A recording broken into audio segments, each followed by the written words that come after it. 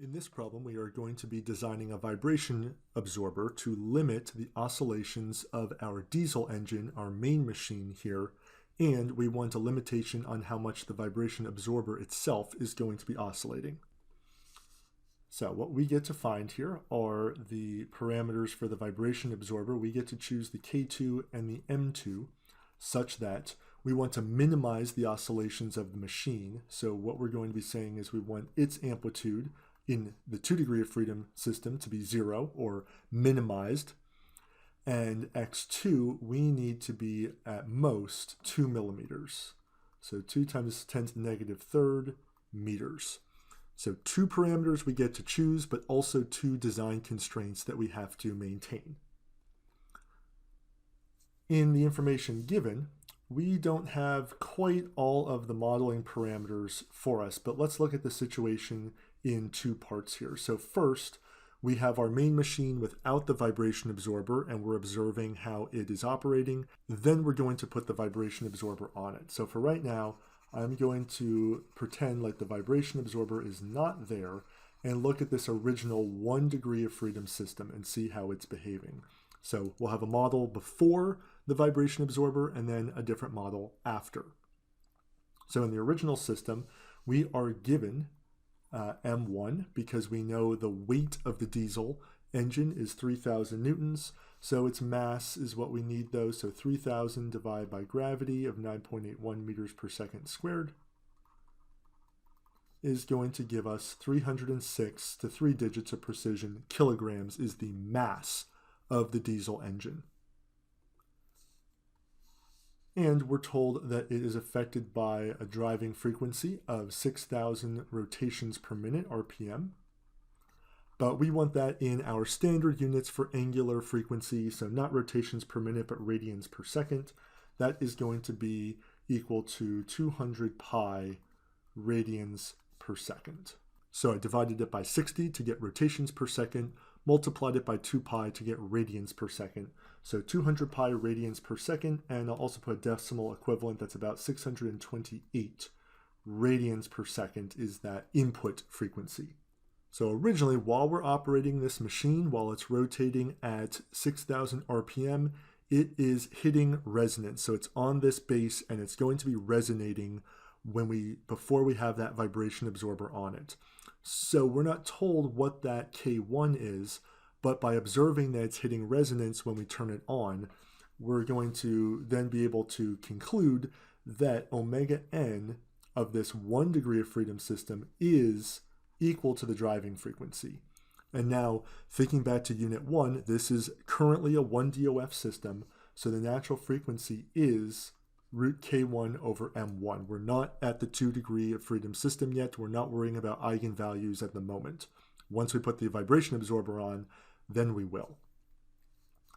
All right, so if the natural frequency is equal to the driving frequency is equal to 628 in this original system, then that must equal root K1 over 306 M1, which we previously found. So that means that K1, if it's true that the natural frequency and the driving frequency are equal, this is just from our observation is how we're making this statement that we're given, that means that K1 must be about 121 meganewtons per meter. And that's meganewtons. So I'm mixing a little bit my parameter step and my modeling step here. That's okay because I have to kind of go back and forth. So in the 1 degree of freedom version of this, that is the mass, that is the spring constant, and that is the driving frequency in this 1 DOF system. So let's identify what we have here. Well, we can look at the equation of motion first. So in the original system, we have M1 x1 double dot. x2 does not exist yet, plus k1x equals, and now we do have this driving f naught sine omega t in our system. And if we put in the values, so again, this is only for the 1 DOF system at the moment. So 306 x1 double dot plus 121 million times x equals f naught, we are told that it is going to have an excitation force of 250 newtons. So F0 is 250 times the sine of omega, which is 628 about times t. If we look at this first equation of motion and identify what we have here, we have one DOF at the moment. It is undamped, and we have simple harmonic forcing. And, well, it's linear as well.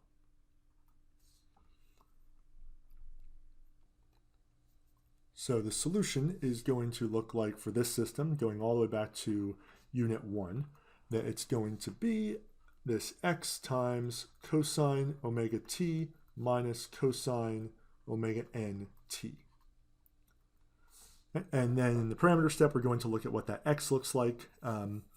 Now, this is assuming that we are starting at equilibrium, which the problem does not state, but let's assume we are operating, we're starting, our initial conditions are at equilibrium. This is what x of t is going to look like. Now, technically, if it is exactly true that the driving frequency and the natural frequency are equal, which is actually what I assumed in the modeling step, looking at this x of t, if omega and omega n are equal, then technically it should be x times 0.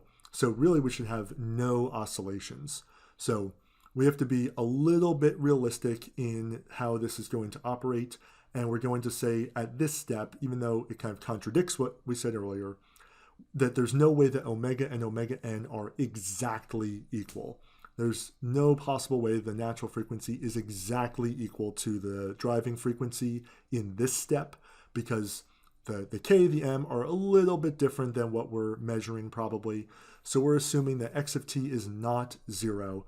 So then x of t has a maximum of 2x, as we've seen before. All right, so I'll put a little note here. Omega is a little bit different than omega n. Again, just a little. Otherwise, this is going to break down. But in reality, there's no way they are identically equal to each other. All right, so what we're concerned about is that this is going to be oscillating at 2x. Really, the x is what's going to matter the most here. So let's look in the parameter step and remember, what is x? How do we calculate that for this type of system? So in our parameters, again, 1 degree of freedom, 1 degree of freedom. Going back to unit 1, x was calculated by, here, the F0 over k minus m omega squared. And what I'm going to be looking at is this ratio of x over F0 equals 1 over k minus m omega squared. And technically this is going to be 1 for this 1 degree of freedom system. Again, we haven't even looked at adding the vibration absorber yet. We just want to get a sense of what does this system look like. And I'm going to divide through by that F0, and I'm going to be looking at the ratio of the output amplitude to the input amplitude. And we see that for this 1 DOF system, again, it's 1 over K1 minus M1 omega squared.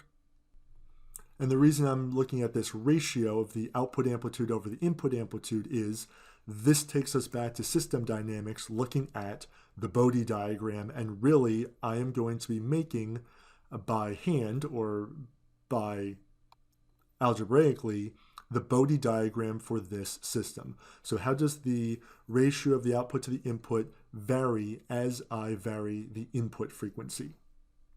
And I'm actually going to look at a normalized frequency Bode diagram for this so that we have a good basis of comparison when we do add in the second degree of freedom with the vibration absorber.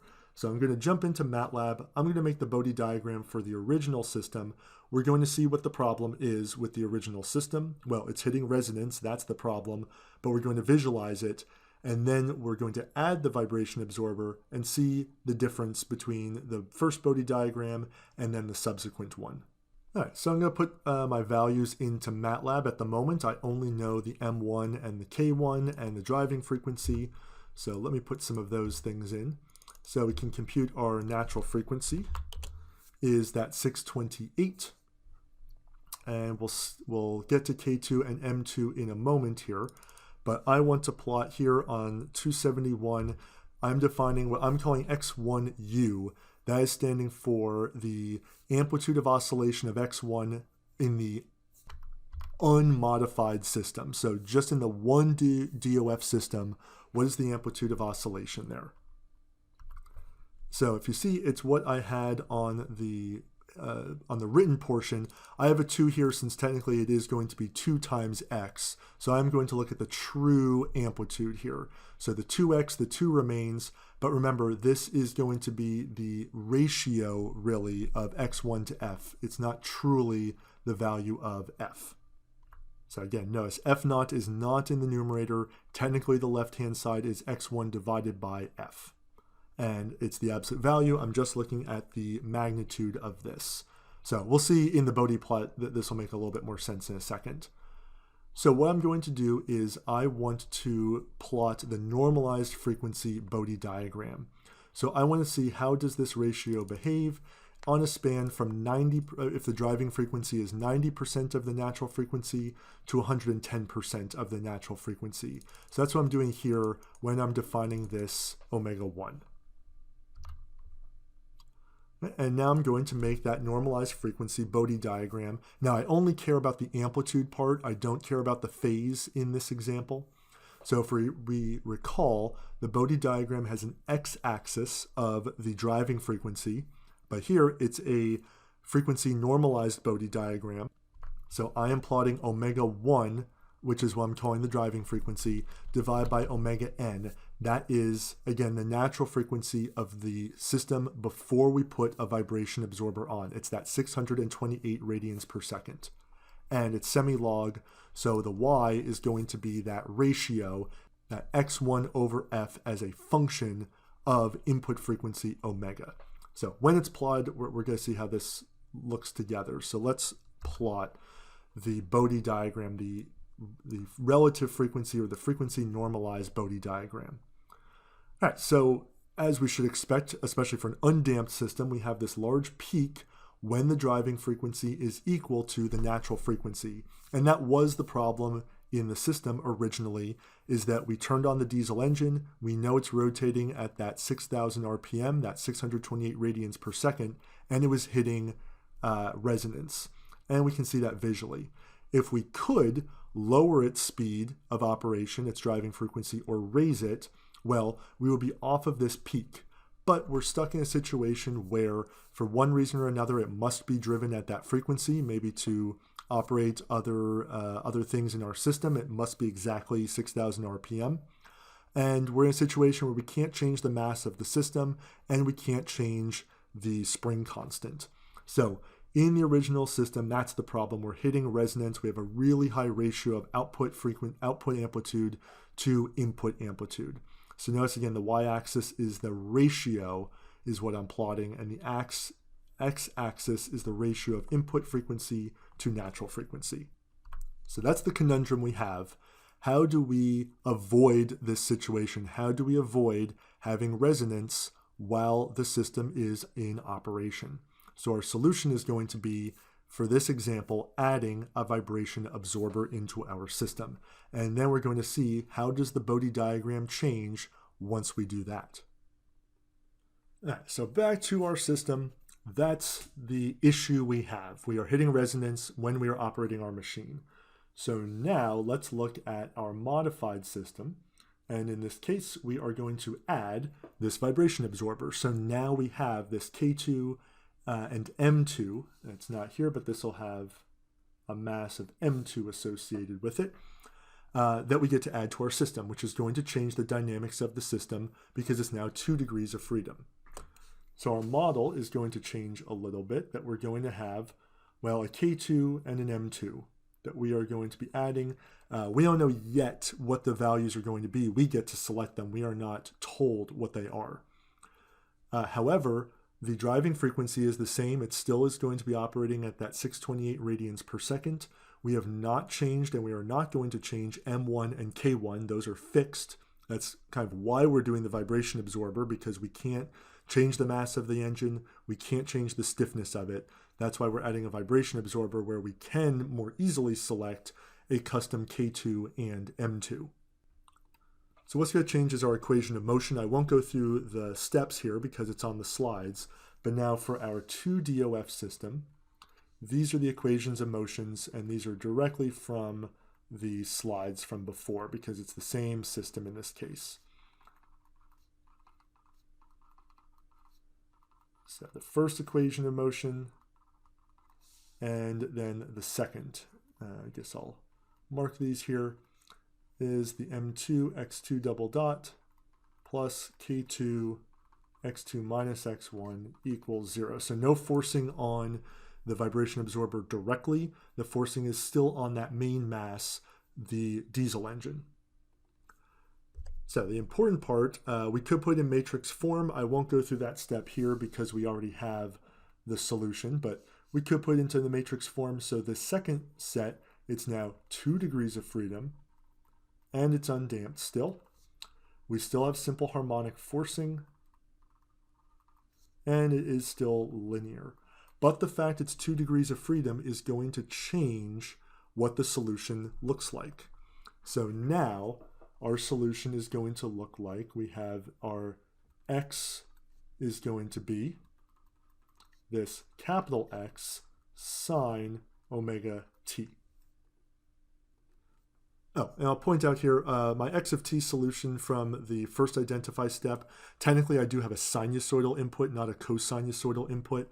So actually that should have sines in it, not cosine, but the premise is still the same. X is still going to be the amplitude, and that's what I'm trying to reduce. So the cosine and the sine for at least what we're looking at don't matter too much here. It's going to be that the amplitude that is going to be our main concern. So this is what our solution is going to look like, is this x sine omega t. So let's look at how our parameters change. So again, from the slides, and we can get this from the previous subsection, our x1 is going to be k2 minus m2 omega squared, f naught, over this k1 plus k2 minus m1 omega squared, k2 minus m2 omega squared minus k2 squared. Denominator is going to be the same then for our x2, is this k2 f naught over the same denominator. k2 m2 omega squared minus k2 squared. So what we're trying to do is we want, by putting this vibration absorber in, we want to force x1 to be 0. So that actually is going to become our first equation. I'll call it A so that we have a lot of numbers going on here. All right, so equation A, x1, we want to set to 0. We want the diesel engine to have basically no oscillations while it's running. And we can do that by enforcing that x1 is equal to 0. So how do we do that? Well, we'll do that by making the numerator 0, as I discussed before on the slides, but let's see what actually is happening.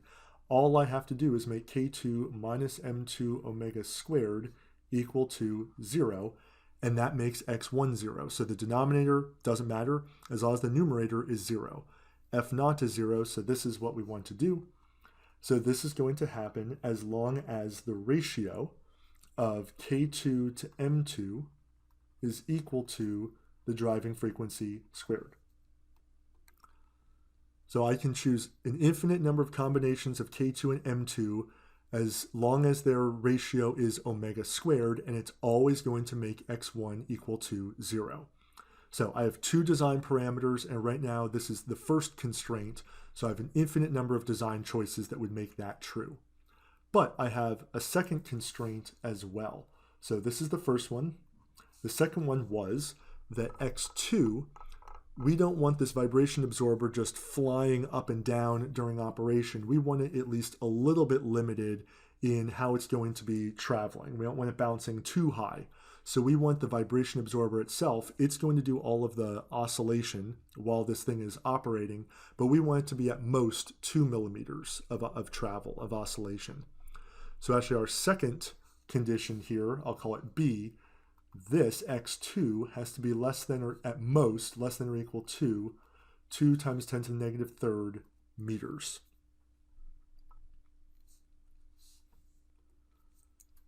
So this equation B, or really inequality B, we can rearrange a little bit. I'm going to put this 2 times 10 to the negative third. I'll just switch their sides, so that's greater than or equal to here.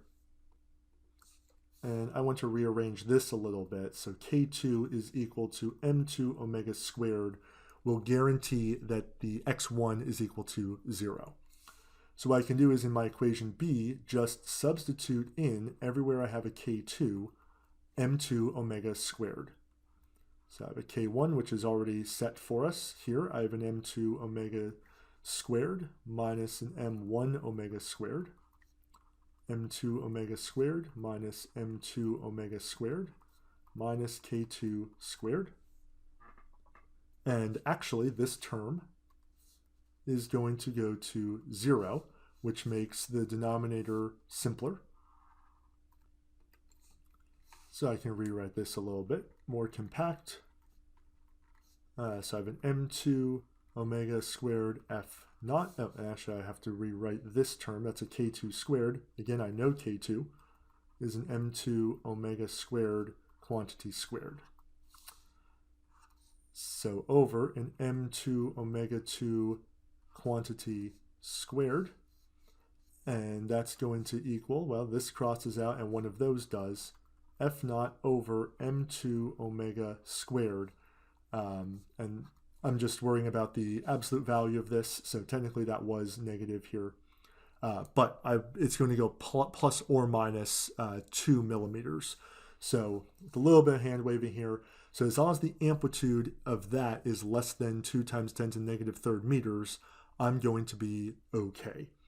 So if we look at equation B, I actually know all of these things except for M2. So let me plug in some of the things I know up front. Okay, so that means that this is going to be, well, I was given F naught was 250 newtons. M2 is what I am trying to solve here, and omega is about 628 radians per second. Let's just go up and verify this. Okay, so remember F naught, the excitation force 250 newtons, and our driving frequency 628 radians per second. So I can now solve inequality B because the only unknown is going to be M2. Okay, so I do this in MATLAB. I'll verify it when we get back in there. But this says that M2, it has to be greater than or equal to 0.317 kilograms. Okay, so this is to enforce that second condition that x2 is no more than 2 millimeters. The mass has to be at least 0.317 kilograms, and this is already built in that x1 is 0 because I did that substitution from equation A relating K2 and M2. So this tells me that then my K2 has to be at least 125 kilonewtons per meter. Now, if my M2 is larger than 0.317 kilograms, that means the amplitude x2 will be smaller than 2 millimeters. If it's exactly 0.317 kilograms, well, then x2 is exactly 2 millimeters. And that's okay, that still satisfies the constraint. So I'm going to set for this one, I still have an infinite number of choices, but now I know it actually limited it somewhat because the mass has to be at least the 0.317 kilograms. If all I cared about was x1 being 0, I could select any M2 and K2 such that their ratio is omega squared. This limits me just a little bit. So I will, for this demonstration, stick with, I will let the x2 be exactly 2 millimeters. So I'm just going to set my M2 then equal to 0.317 kilograms, which means that K2 must then be 125,000 newtons per meter. Right, so this will make x2 2 millimeters and x1 0, at least on paper. Let's see how it goes when we simulate it. And I just want to reiterate, this design procedure, the selection of M2 and K2, in that equation A, I'm selecting their ratios so that I am going to have 0 amplitude on x1 at exactly that driving frequency 628, but only that driving frequency of 628. And then equation B is putting a limitation on the oscillations of the x2, the vibration absorber itself, so that's limited to 2 millimeters. Going back into MATLAB, I'm going to put my parameters back in now. And let's see what we get. So I'm putting in here those equations I just came up with to find my K2 and M2 that are going to satisfy both constraints and make the second constraint exactly 2 millimeters. So let's just double check the K2, 125,000 newtons per meter. That's good. And M2, 316 times 10 to the negative third. So that's 0.316 kilograms. So that's good as well. So let me just refresh where we started. This was our 1DOF system, and the problem was the driving frequency and the natural frequency were equal to each other, so the amplitude of x over f naught was very high, and that's what we want to avoid. So that's why we put on the vibration absorber and we tuned it. That is to say, we selected the K2 and the M2 so that this would not be a problem. So let me put in now the new equations for x1 and x2 in 283, 284. So this is just what I had written down. These are from the slides. This is for the 2 degree of freedom system, my x1 and x2. Now again, technically, this is the ratio of x1 over f and x2 over f. So notice I divided through by f. It does not appear on the right-hand side. So these are ratios, so that it looks like what we expect in the Bode diagram. Output amplitude divided by that input amplitude. And it's the absolute value because I just care about the magnitude of it, not the sign. So that is where this x1, x2 come from, is from that vibration absorbing slide. And I can define those. Right, so those ratios. Now, let's look at what the x1 over f and x2 over f look like in a normalized Bode plot. So I just want to take a moment to show what it's going to be plotting before I actually plot it. In this plot, the x-axis is still going to be my driving frequency divided by omega n. That is the original natural frequency, the 628 radians per second. We're going to see that we have different natural frequencies in this system, but I'm still going to be basing it on that 628 is my common divisor here. And then the y-axes are going to be the x1 over f in red. So that is the ratio of my output amplitude of the main mass, the diesel engine, per the 250 newtons. And then my second line in blue is going to be the amplitude of the vibration absorber itself divided by the 250. And we're going to expect it to look different now. So let's see what this whole thing looks like. All right, so this is now for, with the vibration absorber, what the Bode plot looks like. All right, so the dashed line is that original plot if it was a 1 degree of freedom system with no vibration absorber, and now red and blue are going to be the oscillations of M1, the diesel engine, and M2, the vibration absorber itself. So again, let's just quickly reorient ourselves. The black dashed line, that's what we were looking at before. We have a relatively high spike in our output x1 over f. And now, once we put that absorber on, what happens to M1 and M2? Well, let's look at M1, our first concern. So M1, going to be the diesel engine, when we are running it, when omega is equal to omega n, that is to say that their ratio is 1. So again, omega is 628 radians per second, or 6,000 RPM. We see that running it at that driving frequency, M1 drops to very, very, very small. So basically it drops to 0. And that's what we were aiming for, that when we drove it at 6,000 RPM, X1 had no oscillations, or in this case, they're extremely small. And we want to see what happens to M2 when we drive it at that 6,000 RPM. We see that it has this y value here of 8 times 10 to the negative 6. So we just want to check here. Remember, this is actually the ratio of x2 divided by f naught.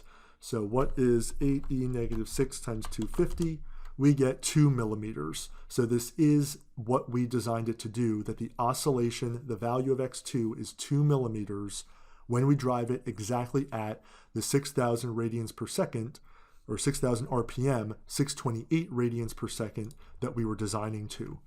So we've shown on the Bode diagram as it's intended to run, we're good. X2 is less than or equal to 2 millimeters, and X1 is effectively 0. So this tuned vibration absorber satisfies both of those constraints.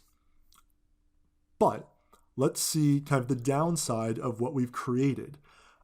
Instead of just one spike at 6,000 RPM, 628 radians per second, if we look at the red and the blue lines, we now have these amplitude spikes to the right of that and to the left of that. So we've created two resonances instead of one. So on the upside, we've moved that the resonances are away from, at least a little bit away from, the 6,000 RPM, and that's what we mostly care about. However, if we now drive it a little bit faster, well, then both the M1 and M2 are going to have amplitude spikes. So if we drive it about not even 2% faster than the 6,000 RPM, we are going to hit resonance. But also, if we drive it a little bit slower, so if we drive it at about 98.5% of that 6,000 RPM, we also are going to hit resonance. So as long as we are very tight on the 6,000 RPM, this vibration absorber is going to be great because X1 is going to be basically 0 and X2 is going to be small. It's within the tolerance, that 2 millimeters. However, driving it a little bit faster or a little bit slower could cause problems, as now both directions we are going to go towards resonance in our system, in our now 2 degree of freedom system. So let's see, why is this happening from a natural frequency point of view? I'm not going to go through all the steps here, but if we did put our two equations of motion into our matrix form, this is what our M and our K matrices would look like. So M is that diagonal M1, M2 matrix, and the K matrix is going to be upper left of K1 plus K2, negative K2, and then K2 on the bottom right. So this comes from those two equations of motion. Now, using what we know from our 2 degree of freedom analysis, what are those natural frequencies going to be? So what are our omega n? And we can see here, these are the two natural frequencies we have once we put on that particular vibration absorber. Natural frequencies of 638.5 radians per second and 618.3. As a percentage of the driving frequency, that is, as we saw demonstrated in the Bode plot, if we are 1.6% higher or 1.6% lower than the driving frequency, we're going to hit one of those new resonances that we've created. Now again, because this is undamped, that's why it's exactly at the natural frequencies where these spikes are. If we had damping, it would shift it around a little bit. So recapping what we did in this problem is originally we have a 1DOF system that we want to drive at its natural frequency. Instead of modifying the system itself, the original system's mass or spring constant, which we don't want to do, or changing the driving frequency, which we can't do, we chose to add a vibration absorber and turn it into a 2 degree of freedom system. The goal of adding this vibration absorber is that we will be able to tune it or design it so that the amplitude of oscillation of our main diesel engine will drop to 0 or very, very small, and the vibration absorber itself will have a limited travel of 2 millimeters of oscillation.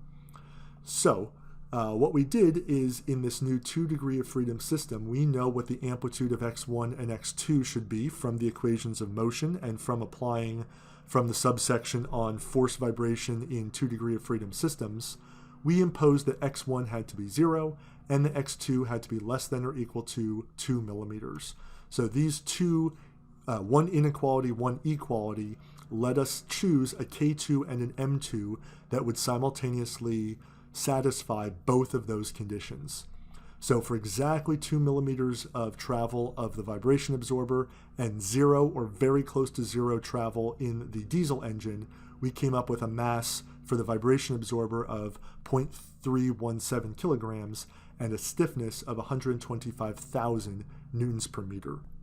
And we showed graphically through the Bode diagram of the new system that indeed we did have our conditions satisfied, but we just want to be aware that we've created a potential hazard, that now there is a resonance a little bit higher than our driving frequency and a little bit lower than our driving frequency. So a little bit faster or slower than that 6,000 RPM, and we are going to go right back into a situation where we're hitting resonance in our new 2 degree of freedom system.